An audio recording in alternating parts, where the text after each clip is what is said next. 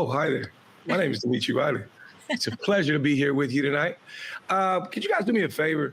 I would love it if we could stop lying to ourselves, right? Tonight here on Truth Talks, we're saying what everybody whispers, but nobody wants to record. Why do some Black immigrants act like they're better than Black Americans? I just want to know. Yeah, we're talking about the hidden anti-Black biases inside the Black dysphoria.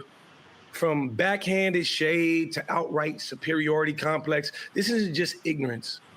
This is disrespect in the colonizers and passed down like poisons. So tonight, we're asking, how do we fix this deep divide between Black Americans and Black immigrants? Before it kind of get us all chained up, you know what I'm saying? Like, let's call it out. Let's break it down. We can do it right here, right now, on Truth Talk.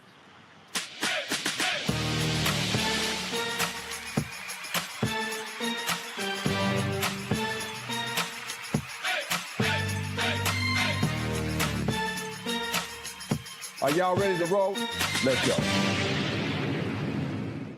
Well, there it is, Dimitri Wiley opening the show. Welcome. Thank you for that. We also have Dr. Cheyenne Bryant in the house. How are you? What's going on, Torre? I like you right now, so we're doing good. Welcome, Truth Avengers. You know, my brother's curls are popping. He used that good hair maniacs. And, you know, at some point my curls will be just as pretty as his, but right now I got my locks. So anyway, welcome y'all. Yeah, this is all natural from my mama.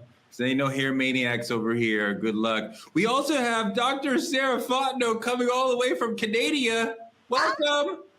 Hi, I'm so excited to be here with you guys. And I'm the same. You never know what hair you're going to get with me. You know, one day I might be natural, another day I might be braids, another day I might have some extra. You know, okay? Dimitri, we are constantly in this country talking about foreigners stealing good American jobs. For example, Sarah has the next segment. Take my job. Go, girl. It's sharing is caring. You know, we're getting into trending truths because the Army is kicking out Black men for razor bumps. So the Army's new shaving rule targets Black soldiers. The Army requires a clean-shaven face. But 60% of Black men suffer from painful razor bumps, also called folliculitis. Now soldiers face discharge if they don't get laser hair removal in the next 90 days. Let's take a look. A new shaving policy could result in Black Marines losing their jobs. Based on a new policy, people who are inflicted with a skin condition that can cause pain and scarring, which, by the way, this happens, it happens to Black men, all right, just so you understand, that can cause pain and scarring on their face. These are razor bumps, but it is a skin condition. It's an epidermal condition. They can now be kicked out of the military, out of the Marines, if it does not clear up within a certain amount of time. So this may greatly affect Black men, according to the Marine Corps Times. The U.S. Marine Corps. Sheesh. Okay. So it looks like, well, Torre, it looks like you can actually grow hair on your face. Sorry, Dimitri. Wow.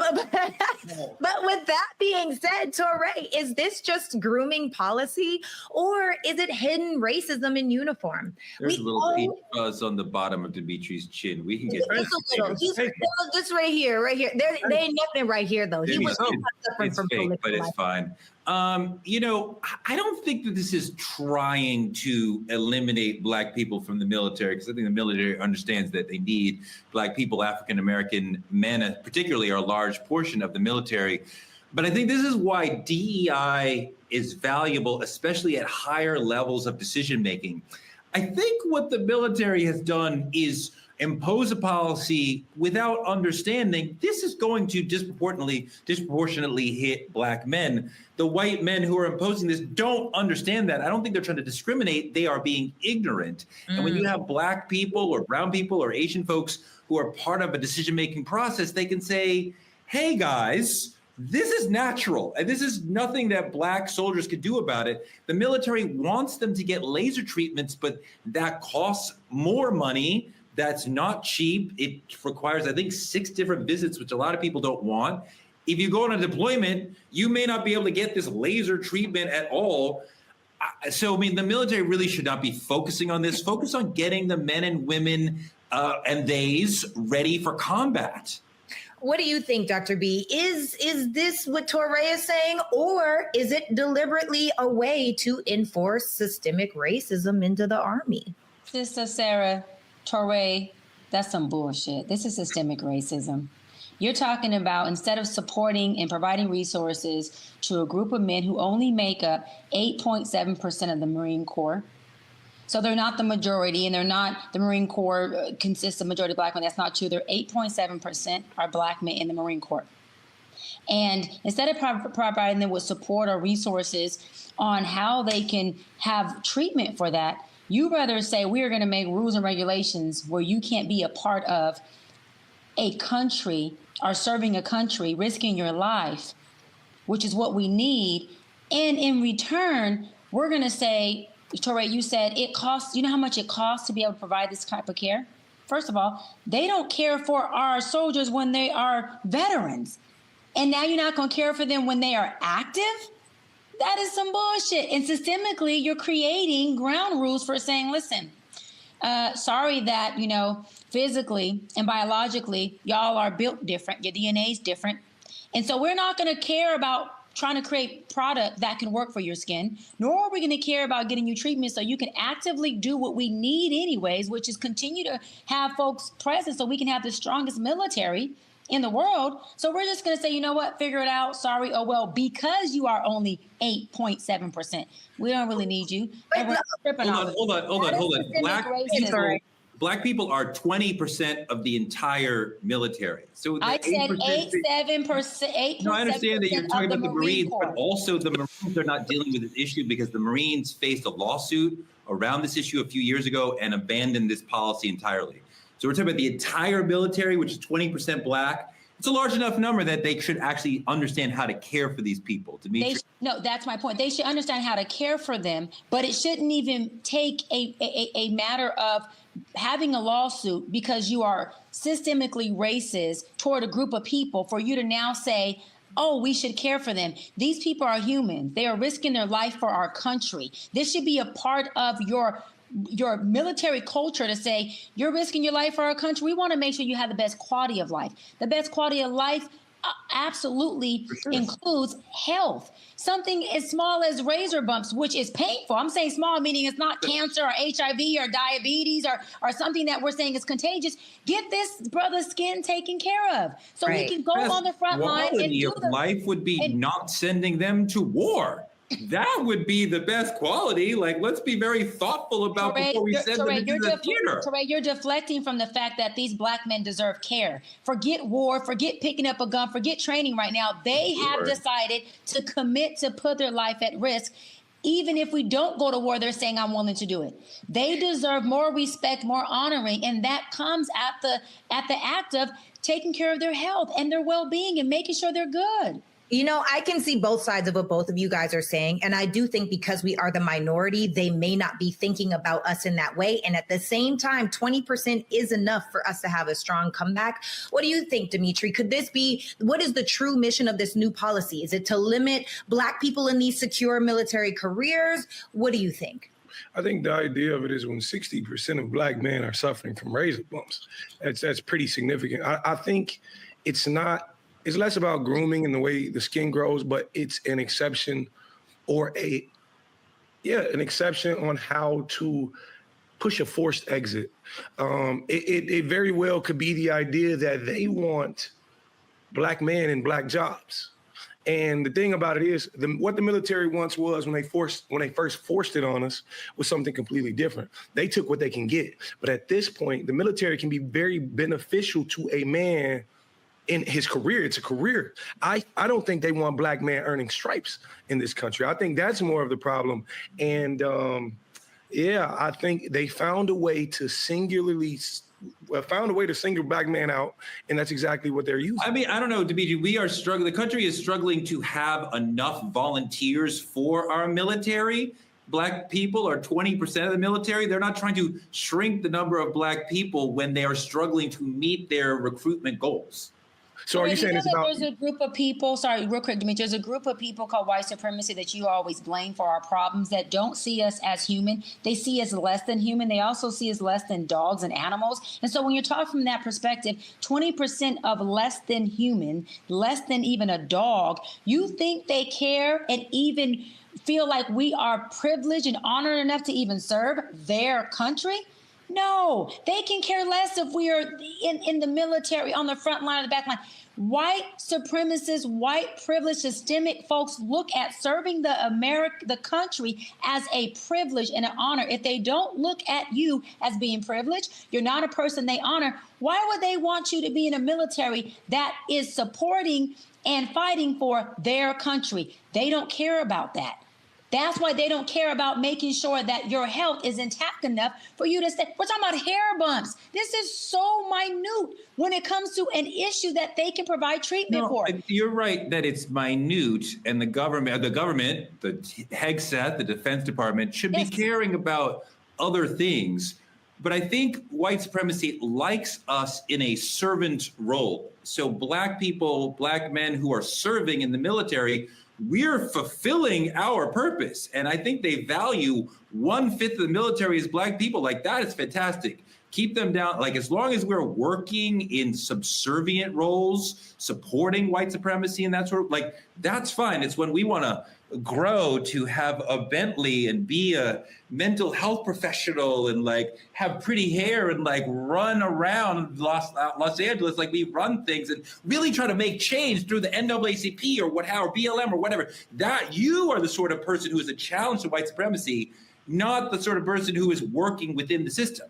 You know, I think for me, the thing about it is the timing of it all, right? Because it was HEGSET that just reinstated the new grooming standards this year. And there have been some things that are definitely more questionable in regards to Black people as a whole, you know, over this last little area this year. So that does raise a question for me. And I guess a bigger question would be, should expulsion really be the solution? Like, isn't there a step below where they can, you know, that you could have chosen, maybe you have to go on leave, or maybe you can work a different portion. Like, why do you have to be kicked out of the Army because your hair grows a certain way? And that is one thing, you know, we naturally have oftentimes thicker, more coarse hair that is harder for a follicle to let it come out. I mean, any woman that's gotten laser hair removal understands the difference between that and shaving. Shaving is not comfortable, and I couldn't imagine doing it on my face. But I think that we should move on from this one. Go ahead, Touré. Take us into our politics. I'm sorry, Dimitri, do you want to say one more thing? Yeah, it's real familiar. I remember hooping in high school, like playing basketball. And I remember the coach taking the best 3 players, right? The best 3, when a team was acting up. You on the bench? No, I was hooping. I bet 3. But listen, this is what I'm telling you. So you was watching them. Got it. I remember the coach taking the best 3 players. I was one of them, sorry. And making, as an example, making us go mop the floors when the team was wrong. He took the leaders of the team, the best. It was never about performance. It was about power. In saying, look, no matter how you show up, look what I control. I control this narrative. And I think, like you said, Touré, this is a hierarchy thing. Why push us out when you can, you know, pivot because you want us out? I think that's as simple as it is. That's a fantastic place to leave this. I want to move on to our politicking segment. The Department of Homeland Security has ended temporary protected status for Haitian people who are in America. Starting September 2nd of this year, over 500,000 Haitians will lose temporary protected status, no protection from deportation, no work permit, no safety net, just go back. Is this the new immigration policy? Is this America trying to get rid of even browner people? Look at this video. More than 300,000 people face the prospect of being sent back to Haiti in September thanks to a change in U.S. policy. The decision comes just months after Homeland Security Secretary Kristi Noem ended temporary protected status extensions for Haitian migrants in February. Haitians were first granted TPS under the Obama administration following the deadly 2010 earthquake and has been repeatedly extended due to rampant gang violence and political instability following the 2021 assassination of Haitian President Jovenel Moisey. In the announcement, Nome said that conditions in Haiti no longer meet the requirements of TPS designation and that Haitians can return home in safety despite the ongoing humanitarian crisis. The statement did not elaborate further. This as the U.S. Embassy in Port-au-Prince urges Americans not to travel to Haiti and to leave as soon as possible. You know, Dimitri, the part of the backstory here is that America and France have been screwing Haiti for centuries. The reason why the country is poor and mismanaged is because those two governments have been screwing with them and keeping them down and extorting and extricating money from them for centuries. So now when they have a problem, a natural disaster, and America helps some of them, 500,000 people is not a lot of people for America to absorb.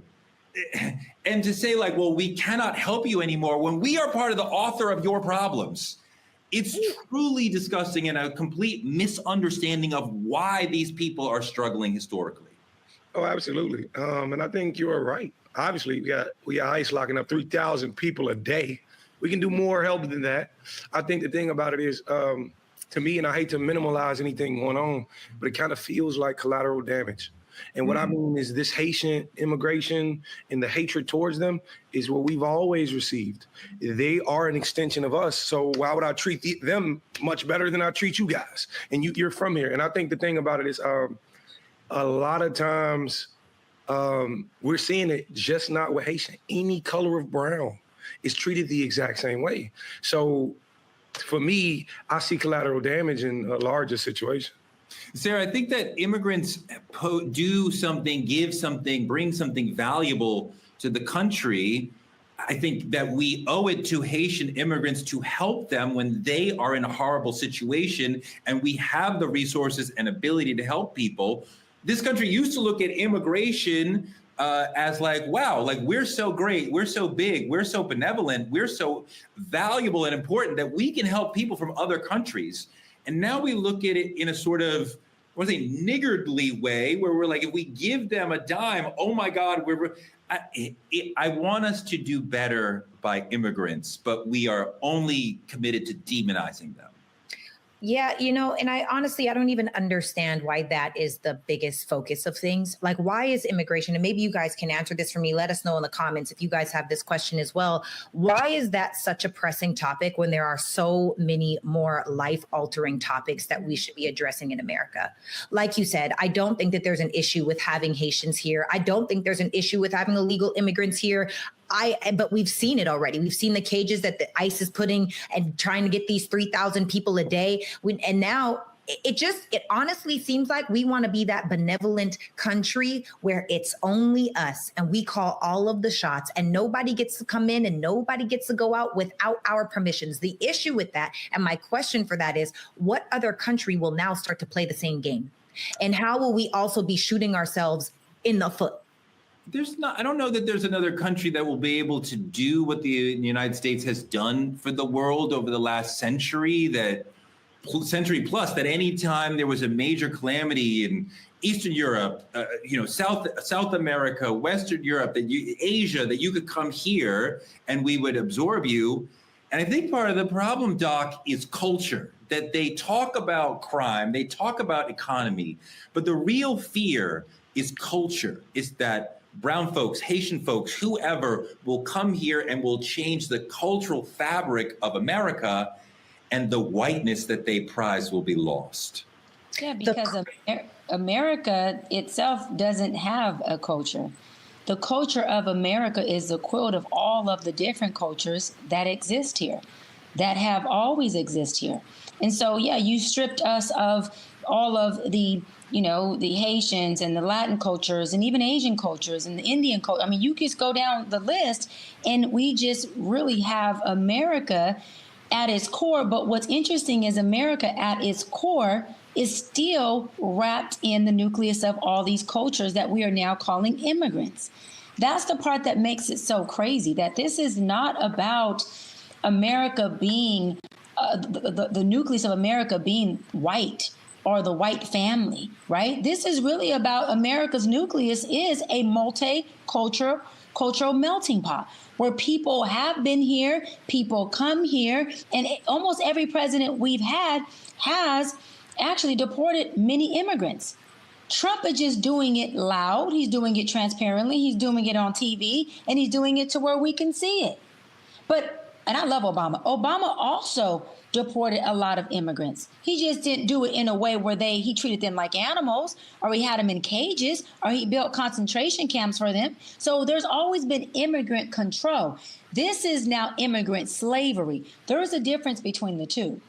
Sarah, you're on the right, but you said you don't really understand or you don't feel the immigrant issue is not moving you. This is a big, huge driver of people on the right. Trump is doing this because this should, with the Haitian folks, should move his people. Yes, get them out of here. Get every immigrant out of here, especially every brown immigrant out of here. I don't understand how you're like, I'm conservative, I'm on the right, but I don't understand. This is the core animating issue of your political tribe right now. Right. Well, that's the thing. That's not my political tribe. I'm an independent. I'm not right. I'm not left. I'm opinionated. And I'm a critical thinker. And I think about what makes the most sense based off of what I think makes sense for the good of the colony, AKA America, right? Or whatever place that we're thinking of. And this whole conversation makes me laugh because the people that are saying we need to deport everyone are immigrants.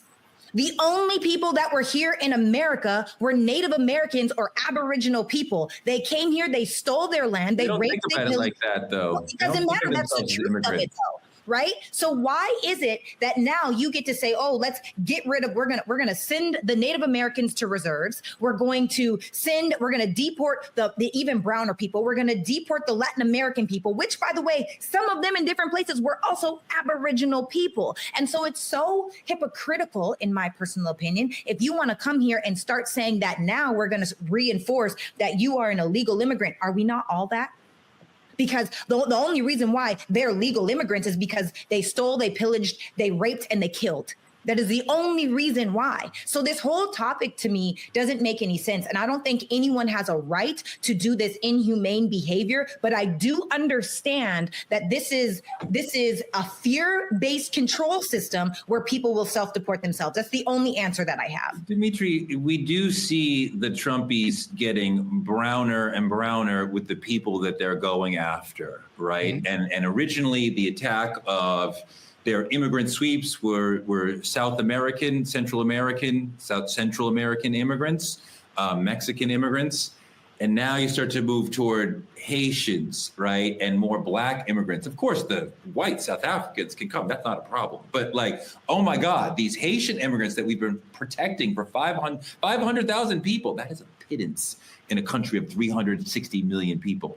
That's a lot. But seeing the target get browner and blacker is scary, right? Because I'm like, so they're moving toward us. You know, I really don't think the mission changed. I think they've learned to rebrand it very well. They've learned to attack brown faces and then pin them against the same people.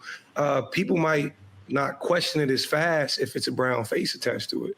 It's not really like diversity, but more so camouflage. I'm learning to target exactly what I've always wanted to target, regardless of what place it's in. I just needed to have this brown face, this brown skin. And I think the system is now weaponizing those brown faces against brown bodies and Black bodies. You know what I'm saying? Whether you see it in ICE or you see it in the CBP or, you know, military, XYZ, whatever the case is. But I don't think social media is wrong at all in painting the story. It just gives a half story.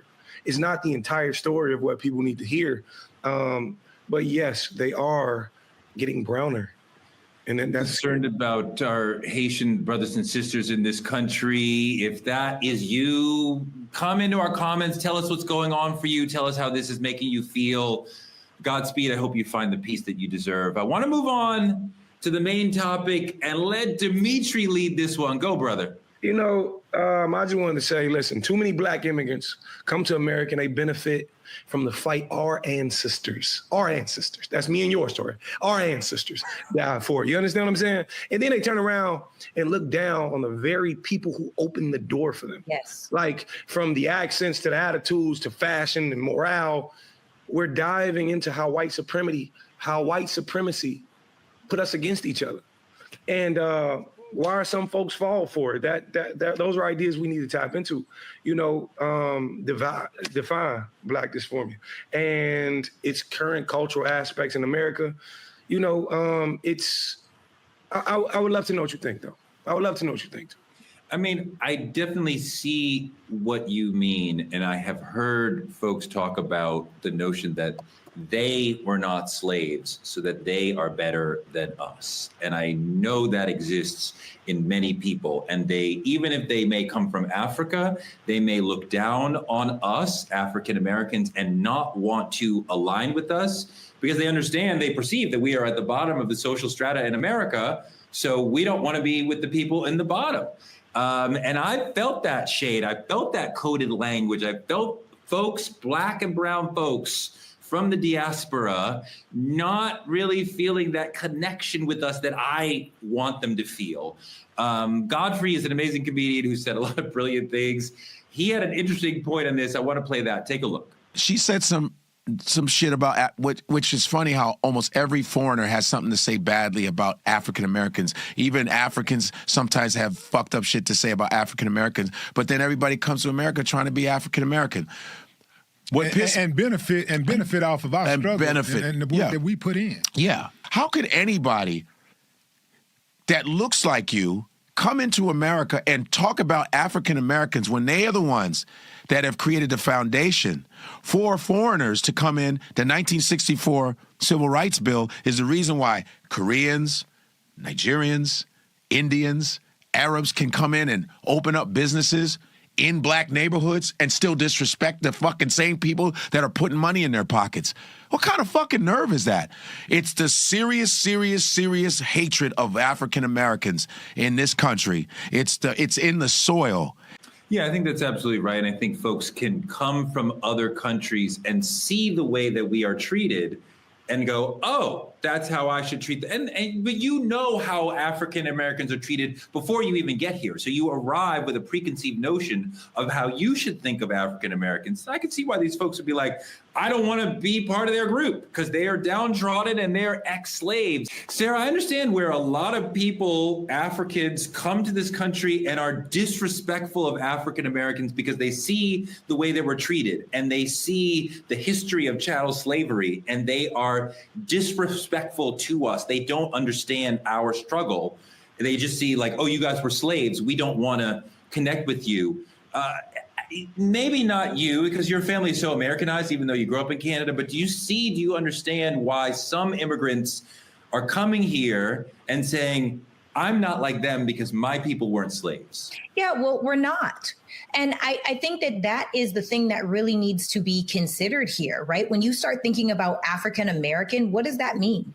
I have never been to Africa. My parents have never been to Africa. My grandparents have never been to Africa. And although I am excited to go, one of the things that I think is silly is why is it that we are the only African Americans? Why aren't there French Americans, Polish Americans, German Americans that are here?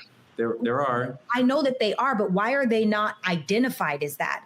And I think that the biggest identity issue, or why someone that may necessarily come from a place in Nigeria or come from a place in Jamaica, is because there is no Blackadonia. We've heard it before, right? We don't have an identity point. We don't have I can't trace up the way 15 generations back. And although I believe my mom's like a 12th generation Canadian. Sarah. That's what we're talking about. That's why we're African American, because we understand we cannot trace back to specifically where we were, but we want to not just American to Africa, even though we can't document it. This is what I'm saying. Why are we not just American? Why are we not just Canadian? Why is it that because I have darker melanated skin, now I am an African American when I have no idea of the source point of that root? Now, is it a beautiful opportunity to go learn that? Yes, it is. And learn where I came from and try to track down my family lineage? Yes, absolutely. But I just don't feel like that should be an identifying factor until every other immigrant, by the way, that came to this country starts identifying the same way.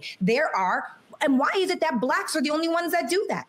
Why are there not? Why are, even if you were to say the Mexicans, right? People don't say Mexican American. They do. No, they don't. They say Mexicans, Torre. No, they do not. Well, if you live here, you're born here, but your family's from Mexico, you are a Mexican American. True, but is that what you're called? No, you're called a Mexican. No, well, that would be racist. If you are an American citizen with Mexican background, you are a Mexican American. I mean, like my family's from Africa. I don't know if it's Ghana, if it's Senegal, what country it is. Right, I know we're from Africa, and I want to be an African American because I want to know the past where I come from. It is critical to have a relationship to your history, and we are the only people in America who do not have a tangible relationship to our history. So we have to remind each other we are African American. No, okay, the connection is important, and the vagueness of the connection is also important. This is where the confusion comes in, because you're saying they call people Mexican American, like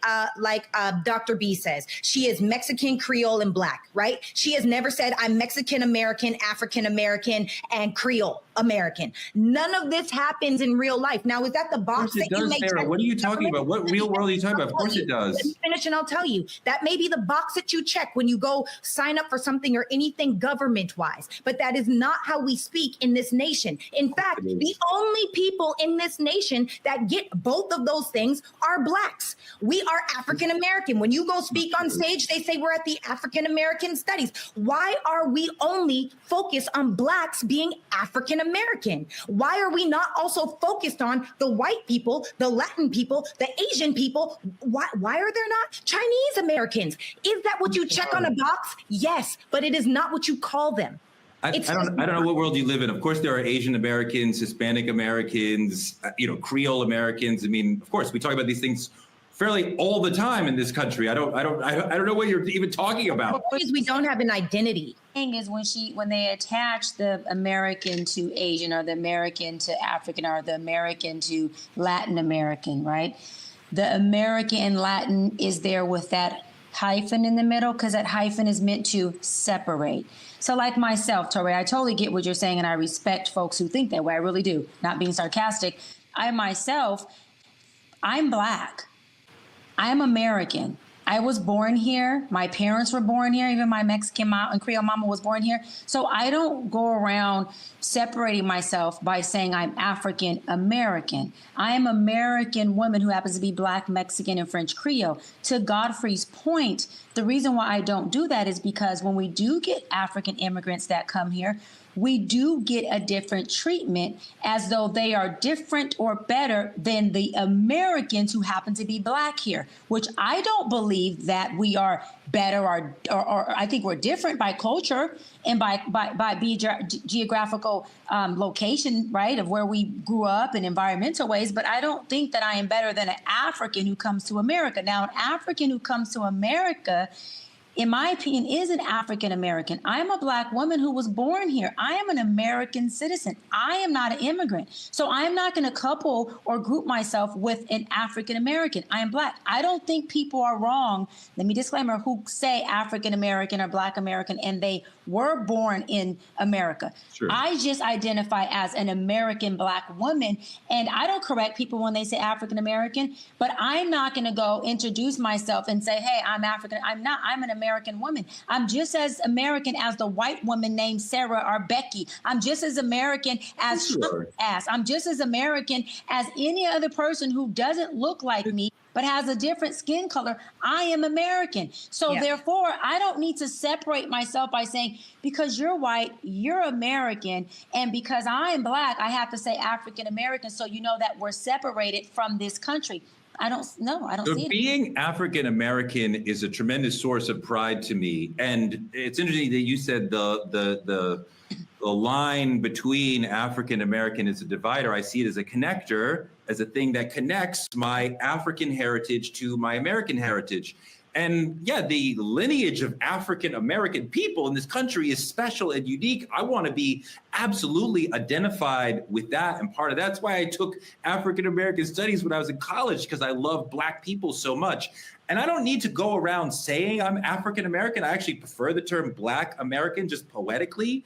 And I understand the complexity of like Charlize Theron is African American, but we all know that's not what we're talking about. We're talking about me and Dimitri and people like that who are who are both African and American. And the notion, especially for us, those two different cultures shape us politically, culturally, socially in amazing and powerful ways. And I have respect for the Italian Americans who are here. I mean, like, I live in New York City, so we see the Italian American parade every March. We see the Puerto Rican Day parade every June, I believe it is. We see Irish Americans parading in March also. So, I mean, we see parades, the Dominican American parade. Oh my God, like they kill Brooklyn. It's beautiful. It's amazing. It's a party every freaking. So, I mean, like, I see a range of people. I want to talk about one African woman who made a really interesting comment, because there's a lot of negative stereotypes of African Americans around the world, but we found this African woman who had something really interesting to say. Let's look at that. I used to be, I think, a bigot towards African Americans and wanting nothing to do with them because I was fearful for my own life. Myself, when I arrived here, my tendency was to not trust African Americans. Our parents are like, be careful of these people. They're violent. They're scary. They don't like to study. The biggest thing that outside world and other Africans can see of African Americans is more the urban black ghetto culture. That's we call it ghetto here. That's hood rattery. I mean, that's what we see. But I think where we went wrong, as all groups, you have a subset who doesn't do good things and doesn't behave a certain way, but that shouldn't be an indictment on the rest of the community. So it took for me to come to this country, start to see for myself, oh, okay, there is definitely this urban black ghetto culture that they're talking about, but there is also all of these other African Americans, millions and millions of them, leading and running amazing lives, raising families, building businesses, being, great professionals. I didn't expect that. So I think especially the music industry is what has caused a lot of problems, as well as Hollywood, in terms of sending the stereotypes to the outside world. Africans and African Americans, we don't understand each other. And there's such a disconnect there. And then there's a bit of a identity crisis that a lot of Black Americans have because we feel like our culture was stripped away from us, which objectively that is true. But that being said, it's like we then at the same time try to create this new vision of what our roots actually are without going to see our roots and going to figure out the truth. Dimitri, I love the point that she made. She was taught by media, quite often run by white supremacy, that Black people are immoral, thieves, all these horrible things. Then she came here and was like, oh, that's not true. We are not all those things. I actually love that she put it in perspective from someone who's lived through it. We know how much social media pushes the Black narrative, Black hate, Black crime, Black this, Black that. We know exactly what's going on in that regard. And the fact that they're receiving it across the globe is something to note. But my thing about it is this. They come here, right? And until you're aware, you're ignorant. Until you are aware that there are genuine good people and people who don't subscribe to that narrative, you wouldn't know, just like she said. But the thing about it is they come so quickly trying to detach themselves from what Black actually means, the pain behind it, the struggle behind it, the stereotypes behind it. They say, whoa. I understand what's going on, but please don't branch me with these Black people you're hard to. I'm different. But the thing about it is they don't understand these people will see you as no different. And I think that's exactly what's going on with this immigration factor. But you're absolutely right. She's absolutely right. Yeah, and I think that it's easy to separate yourself when somebody feels different, and that's the issue, right? And so I guess my question, Dr. B, I'll ask you this question: if some Hispanics chase whiteness for privilege, are some Black immigrants doing the same by pushing anti-Black stereotypes about Black Americans? And the real question is, who really benefits when we play their game? Oh, 100%. Who benefits is the folks who are creating the overt and covert racism narrative. Touré said it best. He said media ran by white supremacy is what pushes out the narrative for us to see and for us to be reprogrammed to continue to create in our communities, in our households, in our social groups, and then more than that, within ourselves, because we begin to embody that narrative subconsciously, not even becoming aware of it. What I find to be very interesting was this woman said that she's seen Blacks in America to be ghetto. Now, Sarah, I've been in Africa, Touré, I'm going to think you did just because, you seem to be you haven't. No, because you seem to be to Africa. What are you talking about? I know, that's what I'm going to think you did. Because I'm assuming, but I knew my assumption would be right. I've been to Africa. So for someone who is coming from Africa, meaning this woman in this video, who grew up there, to come to America and say that the blacks here are ghetto, if you've been to Africa, and with all due respect, because I love Africa, and oh my God, when I got off that plane, Torre, I said something spiritually said, welcome home. Oh my God, it feels home, does it not, Torre? But I'm gonna say this, there is no ghetto-ness in Africa. It is straight third world crime. Yeah. No, it is third world crime, meaning it's crime on top of crime that isn't even policed. So again, I'm not downing Africa. I'm speaking the reality of if you've been there. No, it's not ghetto. It is crime with no policing. You have military standing outside of resorts with big machine guns, and they tell you do not leave your resort by time even the little sun starts to go down, because you will be robbed. So what I'm saying is, and I told this story before on here, it's quick. We got in our Uber. It was 11 o'clock at night, me and my fiance at the time. The Uber was running the red lights. And I said to him, sir, I want to make sure we don't get hit or we don't get a ticket. Is this okay? He said, Mom, if I don't run red lights, he said, they will bum shack us and rob us, and police will not give me ticket because they know we cannot stop at night. I said, excuse me, run every motherfucking light. Go, Torre. No, go. You're right. You're right. I love that. And I've seen that also. Wait, hold on. I've seen that also in other places where it's a little more lawless. But the point that Sarah made about Hispanics chasing whiteness for privilege is real. And I don't bring that up to shade. For a long time, people on the left thought, oh, there is a rising number of Latinos and Hispanics coming into this country. They will see themselves as people of color and vote with black people, and we'll have this massive permanent majority of people of color. And a lot of brown people, Hispanics, are like, no, I am gentrifying. I want to be with them. I want to be with the powerful group. I don't want to be with the downtrodden black people. Wait, that's how Trump got in office. Hold on. Yes, and Africans are making the same point. I want folks who don't live in this country to understand that black people are amazing and beautiful and powerful, and and black people who are in the hood are also amazing and beautiful and powerful, and some of them are dealing with white supremacist forces beyond their control. So before we go, oh my God, they're all stealing and violent, there's a reason why some of that is happening. Well, it's really crazy when you start thinking about how deeply these different beliefs are rooted. I was in an Uber the other day, and one of the things people always say is, where are you from? And I'm from Canada. And so having conversations with different people, this man told me that blacks in Atlanta are an embarrassment and they have no unity. And a part of me is like, well, depending on where you're looking, you could definitely find that. But the other part of me is like, wow, so sad that us as a people think so differently, because that driver was Nigerian. Right? It was a Nigerian driver saying that blacks are an embarrassment and that we have no unity.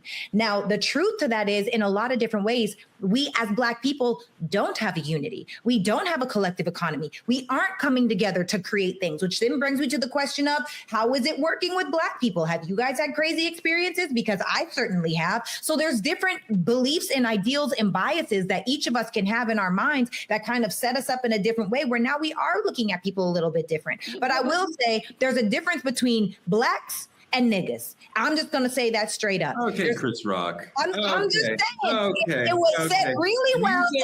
When you say that, are you suggesting that some people act like niggas all day long, or there's certain moments where you don't like the way a given person is acting or behaving, so you're going to denigrate them in that moment and call them a nigger, but they're not a nigger the rest of the day? Like, which there's a lifestyle of being a nigger.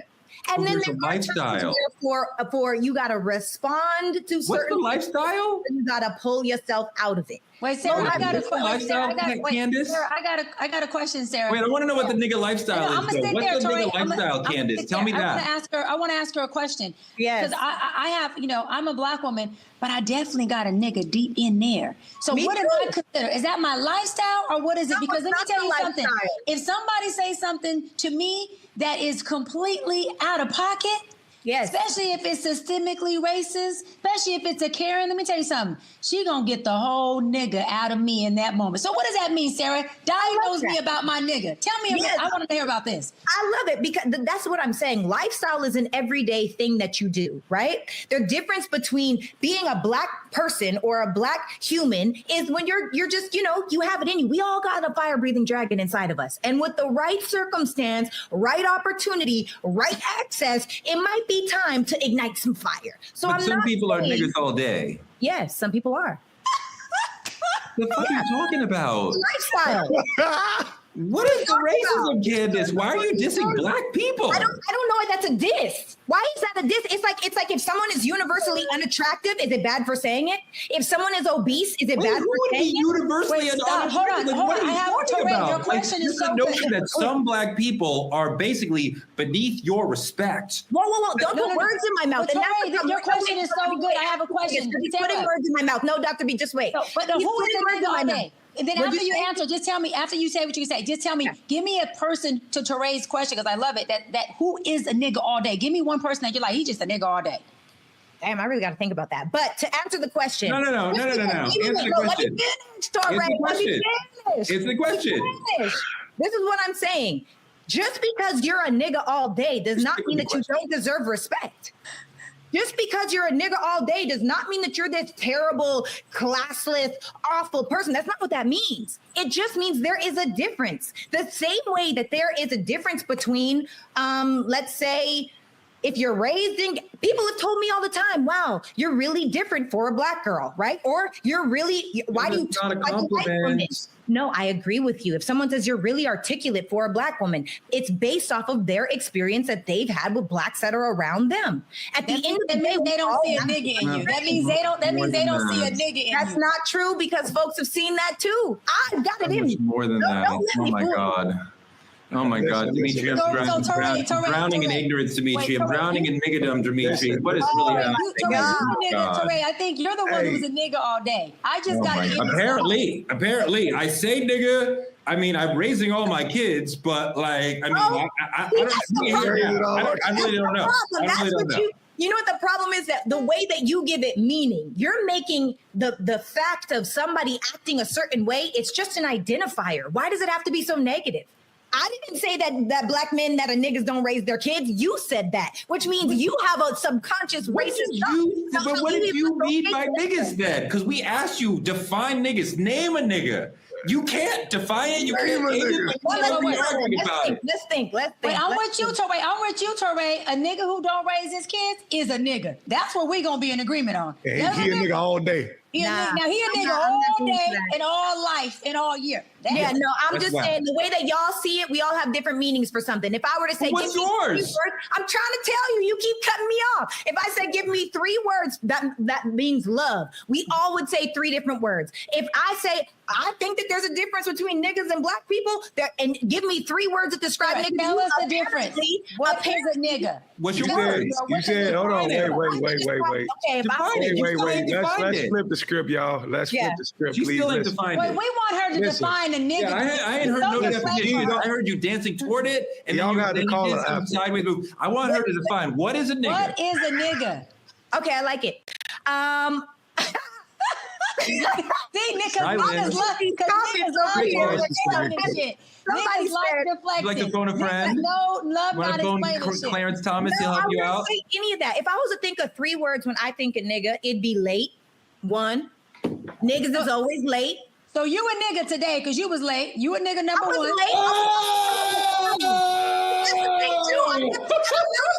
number 2. Come on. Boom. I did not say it wasn't me. What's number 2? Woo! Okay, now I'm like really thinking about it. Here now. And let us know in the comments, y'all. Is there a difference between niggas Black love to deflect? You answer the question. What's your other 2 words? What's your other 2 words? Like a mindset. The Chiron is right. Black immigrants hate Black Americans. Look right now. Here's the example right here. No, niggas have a lack mindset. They never have enough. And niggas don't like answering questions. That's when they know they don't have money. What are you talking about? So the difference is, y'all, okay, look, because y'all. You want me to save you? Would you like me to save you? Are you being I a can nigga save right you by now? flipping the script. This is the Sarah, point. are you The being point a is, nigga right now? listen. Yeah, we name a nigga. all Who's a have- nigga? Y'all, I don't never get to finish. Name a nigga. Because we've been asking you Hey, listen. You don't have to finish. Sarah, they're not going to let you finish. Sarah, Sarah, they're not going to let you finish. Yes, Listen, niggas, they're that's not going to niggas let you stuff right finish. there. Y'all acting like niggas. It's okay. That's not Oh, what she called us niggas now. Okay, here we go. Hey, listen. Here we go. Black Let's flip the immigrants script. hating Please. Black Americans. We knew you was Live racist on to us Truth Black Talk. Here we go. Americans. Right, We knew it. like real talk though, real talk, like all jokes aside, I think that people hear the term and then they make it negative. And I think the same way where if someone is obese, whether it's right, wrong, good or bad, it just is what it is. If somebody all day is acting like, you know, you got to go to that space where you don't let somebody else talk, or you go to that space where you don't. Yes. Are those, in my eyes, is that a version of that? Let me finish before you talk to Ray. Is that a version of that? Yes, absolutely. And my version from how I see it. And at the same time, we sometimes need to have those traits. There's good and bad in all of us. And sometimes those things are things that you have to tap into. But as Dr. Brian says, are you high functioning? Do you let those things stop your day and drop down to where that thing is inside of you? Or do you choose not to? That's the only difference. Okay, guys. Black Americans. Okay, guys, listen. We've concluded. I am a high functioning nigga. Listen, I get it. Hey, listen, Teray, I get it. Listen, we got to flip the script. We got to flip the script. Parenting nigga, and I'm just a nigga. We have to flip the I script. know, we're all niggas. Wait, but Sarah's not a nigga. No, I'm not a nigga. I am. No, you're a nigga. You're not even American. You're not even African American. How can you be a nigga? I'm sorry. I'm just looking for a nigga to marry. I'm sorry. I take you to a resort in Africa. Oh my God. Listen. I'm gonna start with this. We're gonna flip the script. Listen, slavery and colonialism did not just rip us out of Africa. They broke up our families. They broke up the unity. They poisoned the loyalty to each other. Some Africans look at us like we volunteered to come to America. Like this shit is an Eddie Murphy movie or something, you know? And here they are. You know what I'm saying? They never came and got us. Like, what are we saying? We came as slaves and we fought our way out of it. But, you know, what was their roles? Did they come try to get us? Did they come try to bring us back to the families? I'm not understanding it, but they still view us with this look of disgust and this thing in their eyes. You know, we love to say we're not monolithic. We want Black autonomy. We got autonomy. I'm sorry. Exactly. We want Black autonomy. I'm sorry, Jody. I don't mean to, like, I can go back, but wait a minute, Dimitri. Hold on, Jody a nigga too. She went leaving her out. Jody a nigga too. Am I? D, finish up what you were trying to say. No. Are we skipping something with the X talk? No, you can look. I don't want to blame our African ancestors because, from my understanding of our history, they did not fully understand what they were doing. They knew that they were selling certain people into slavery, but slavery had existed in the world, but the peculiar institution, the particular form of slavery that was practiced in America, the cruelty, the separation of families, the life permanent nature of it, the being born into it, that had not really been practiced like this in the world. They did not understand the depth of the tragedy and the hell that they were selling us into. So before we would even begin to say, well, what is their place in this and what did they do and why didn't they come get us? They didn't know. They didn't know how bad it was that they were moving us into. No, I can understand that. And I sense it to a degree. But the way we're viewed when they do come is amazing to me. And it's not just about skin tone. Again, like the video we referred to early on, it's what they're taught. It's how they're taught to view us. And there's no one person to blame, you know.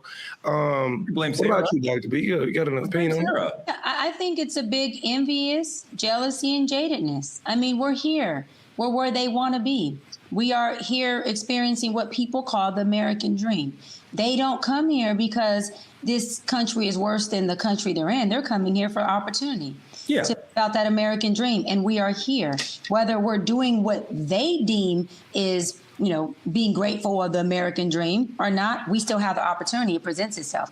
They come here and grab the opportunity because they have a polar opposite of what it feels like, and they know what it's like to not have that. So they come in our ghetto country, and they tend to do really ghettoly well because I guess they look at the niggas who are here who ain't doing much with it and go, you know what? Because I don't want to be a nigga, I'm going to do something better with it. And I'm being funny, but I'm being honest. So I really feel like a lot of times, it's more of y'all been here and we don't think subjectively that you guys are doing enough with these opportunities. I've heard a lot of Africans say that to me, that look, we come here, we get an education, we build a family, we do our things. Asian Americans come here, they build businesses, they open up stores, they make money, and they see opportunity and they grab it. And you folks who are here have this opportunity, and you sit around and you want to be on government assistance, or you don't want to work, or they deem us as being lazy with the opportunities that we have because we're not doing anything. But we're not talking about if we are, Tori, we're saying how they deem us to be, because they're saying, hey, you got a pot of gold, and then you would rather have someone feed you the pot of gold, when they're saying we come with no pot, we built the pot, we fill it up with gold, and then we distribute it throughout our families. And they do come here and they do get the education. They do seem to do a lot more than we do in a country that gives us opportunities that we are born into. So no, absolutely. And we love to say we're not monolithic and we want Black autonomy. But in this fight against white supremacy, when Black immigrants, Jamaicans, Haitians, Bajans, Cap Verdeans, all of it, gonna stop moving like strangers to Black Americans and stand up like brothers from another mother, like my dogs, because divided, we're cooked, like we are smoked. I think united, we seem to be unstoppable. I think that the notion of a general diaspora that is connected politically really begins in America and comes from American Black folks. So I really don't know how much folks who live outside of America really care or feel connected to the diaspora, because it may be politically a step away from them. I could see where when we're talking about, we need these certain things politically, and Africans are like, well, that has nothing to do with our struggle. So how are we connected? I mean, I could see African Americans saying our struggle has nothing to do with theirs. I think that they are related, but I could see where people would say, I don't understand how. But they're giving everything that they have to come into our country that has a different level of struggle that obviously is less than the struggle that they are currently experiencing. You see, Godfrey said it right. You want to be here to benefit off of the things that we are fighting for here, for you to bring your black tail here and be able to receive. So when you get here, if you don't like America, then keep your ass up out of America. That's for not just Africans, that's for Sarah. If she's a Canadian and comes to America and she wants to just lowball us and talk bad about, well, why are you here then? You're here for an opportunity. And if you don't see this as being an opportunity, then take your ass back. But if you're going to be here in the midst of us, then be an asset, or be an asset by making sure that you do the things that contribute to your betterment, and don't bad talk a country that you are giving everything to become, not just on a visa here or as a guest or on vacation here. You are attempting to be a citizen here. These people want to set up shop here. So respect the land that you are trying to come into, and don't respect the people who have been here this whole time. Look, Sarah, we're not enemies. I mean, you and I are enemies, but in general, we're not like politically enemies. White supremacy wants us to argue about who's more educated, who's more cultured, who's more successful.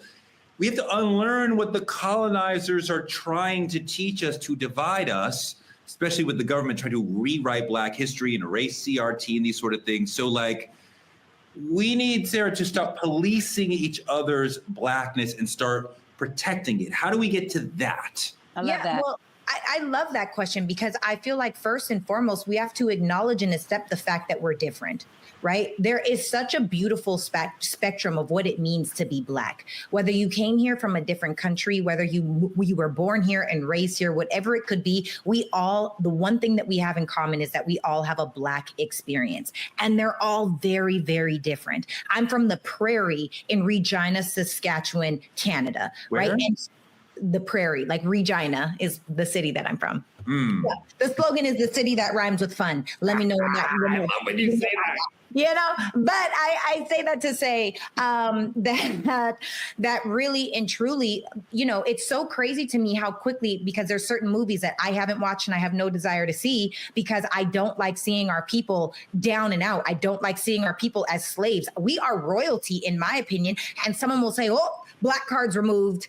How can you remove my black card? You can't take this experience away from me, even if you don't agree with the way that I operate. And I think that we don't have to agree with one another, but we can try to understand better where we are, where or how we are operating that way, even if we don't like it, which actually brings me to Dr. Umar Johnson. You know, he's a vocal Pan-Africanist. So at the core of his message is this: there is no separation between Black life in America and Black life globally. Okay. We're one people who are divided by slavery, colonialism, and white supremacy. He argues that Black Americans must see themselves as Africans in America, not a separate group. But then he goes back on to bash Black Americans like Barack Obama. House niggas, just like Barack Obama, they do what they need to do to stay close to the white power structure. She made a career locking up Black people. This is the same woman who went on international television, Art, let me remind you, about a year or two ago and said America is not a racist country. You want me to go vote for a so-called Black woman who went on international television and told the world that America is not a racist country? She spit in the face of the family of Trayvon Martin. She spit in the face of the family of Breonna Taylor. She spit in the face of the family of Michael Brown, Alton Sterling, Philando Castile, Amir Locke, Dante. We can go on and on. Tamir Rice, all the Africans murdered by police, which are state-sanctioned executions. Let us be clear. The police are agents of the state. When the police kills a Black person, that is a state-sponsored execution. And in response to all this racism, the execution of George Floyd, this part-time Black woman says America is not racist. Sheesh. All right, Touré. Does he have a valid point, or is this a perfect example of division?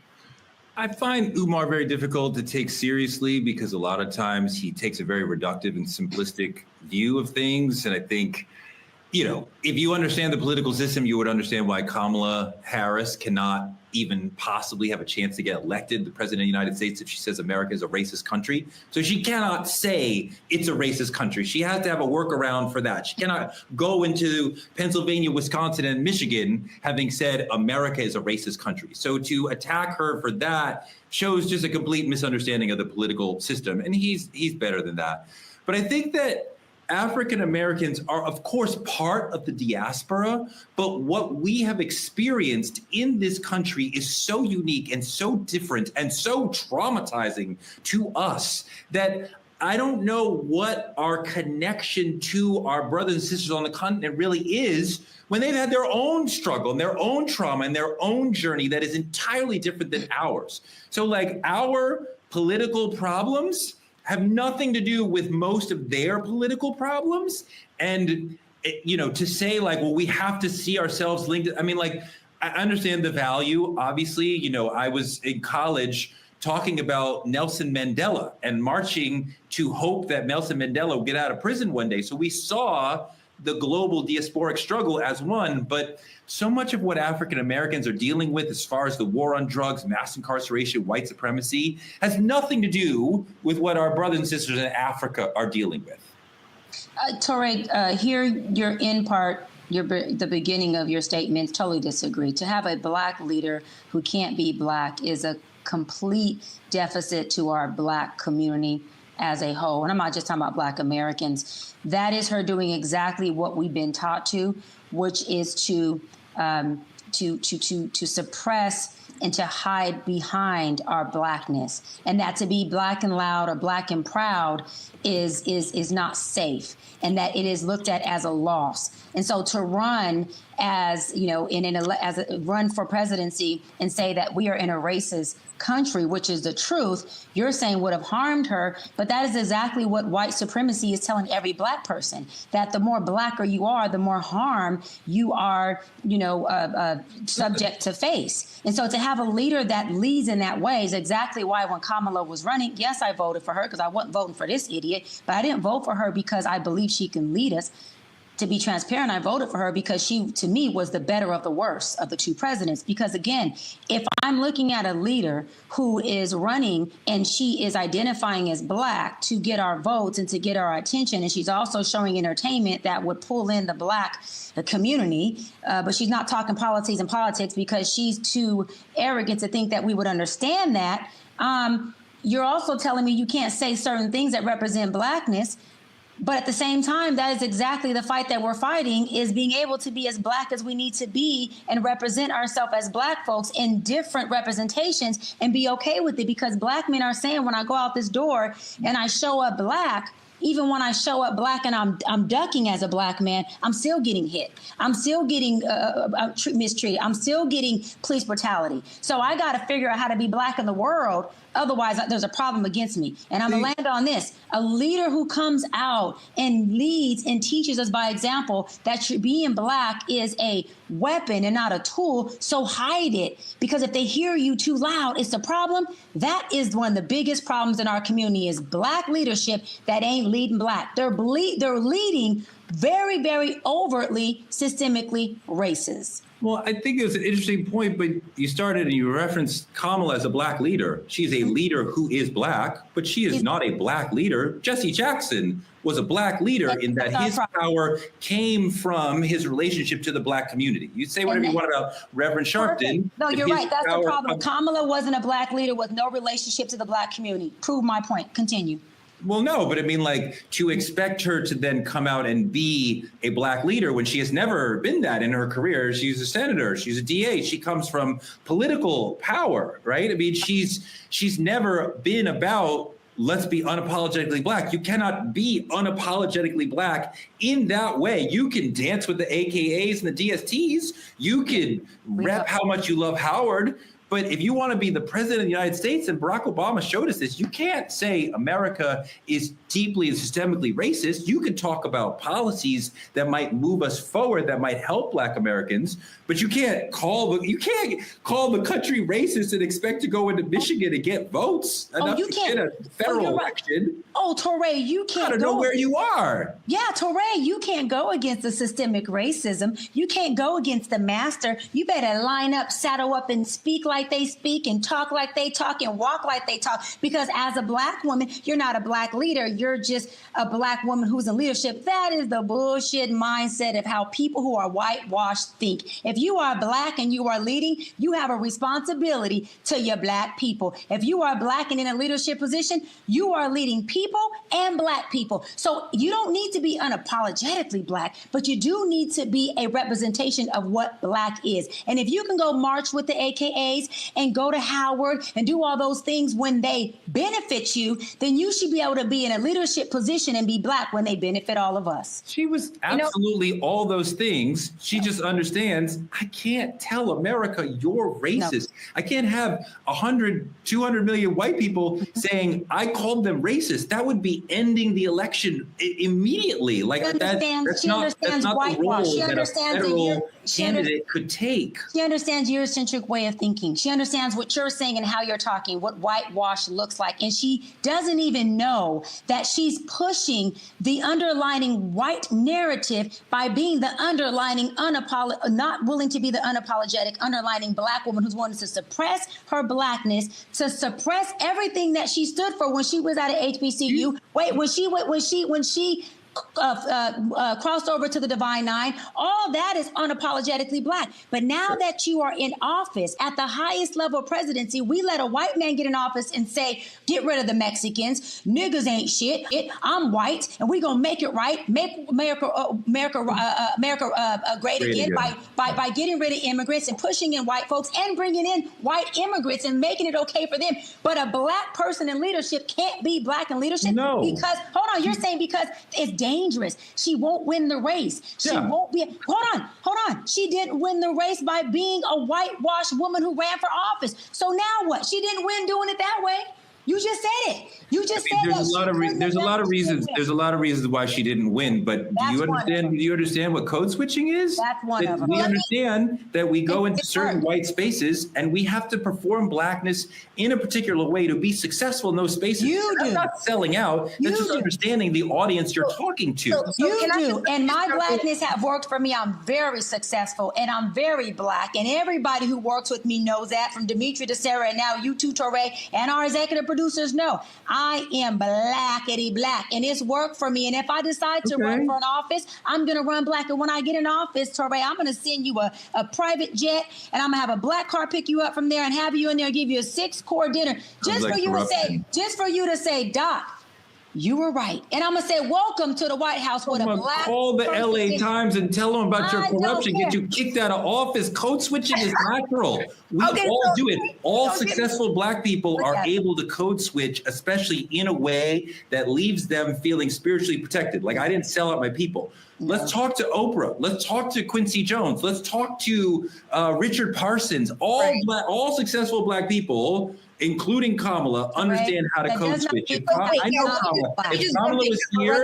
Kamala was here, you would say, I'm talking to a sister. When she goes to the AFL-CIO, she performs blackness the way she needs to get them to support her. Okay, so guys, wait, I want to let's have Kamala on here, because I'd love to have this conversation with her and see what the pillow talk is with her white husband, because like a lot of people who have that same experience, they seem to talk very whitewashed and not understand what I'm talking to or what I'm talking about. The person doesn't have to agree with me, but they definitely need to be able to see that there's a disconnect. Many folks in the black community who voted for her, who did not vote for her, said there's a huge disconnect between Kamala and the black community. Go ahead, Sarah. So let's just say this. The debate that you guys are having right now is what the immigrants see. It's what the outsiders see. It's the fact that we don't necessarily have that unity, right? And the divide is the agenda, because the truth is, whether you are a black leader or whether you are a leader that is black, the divide is by design. Colonialism and slavery didn't just strip our identity. They trained us to see each other as different, as less than, or foreign. Even when we look in the same mirror, Jamaicans, Haitians, Africans, they all have a connection to a homeland. We don't. Black Americans are the stepchild of Africans and the foster children of America. If we can't see that the diaspora divide is their biggest weapon, then we'll keep playing ourselves while they profit off of our chaos. United, we stand, but if we stay divided, we fall. You know, that was so beautifully spoken. I just want to talk to my people real quick. Listen, my people, listen, understand this. Before you post Black Power again, I need you to ask yourself, does it mean anything if you're still side-eyeing your brother's accent or your sister's slang or judging the skin tones that the slave masters taught us to? Slavery ripped us right out of Africa. But it's the mindset that keeps us divided. So the real question is, when is the black immigrants and black Americans going to stop moving like strangers and start moving like family before the next system eats us alive together? Stay woke, stay loud, and don't just say Black Power. I need you to live it. You understand what I'm saying? That's you right there with the moo-moo on. Yeah, you live it, okay? Not you, Tori. She know what I'm talking about. I haven't been living it? What more do I have to do? She know what I'm talking about. Check the comment section. Beautifully said, Dimitri. Thank you so much for that. That's our show for tonight, and this might have been our best show ever. Good job, you guys. Like, comment, and subscribe on our YouTube channel at Truth Talks-Live.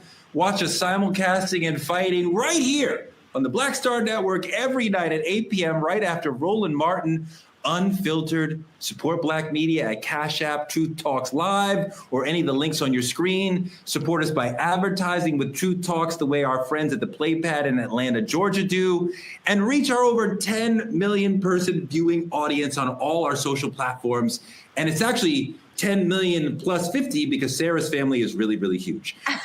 Social businesses and influencers can partner with us by visiting truthtalkslive.com, like Hair Maniacs, who were so crazy, Hair Maniacs, that they partnered with Dr. B on their product that's not just a hairline, it's a lifestyle, just like being an African American. Or maybe just like being a nigger. Being a nigger is a lifestyle, clearly. So bam, here we go. Dr. B, tell us about your lovely hair.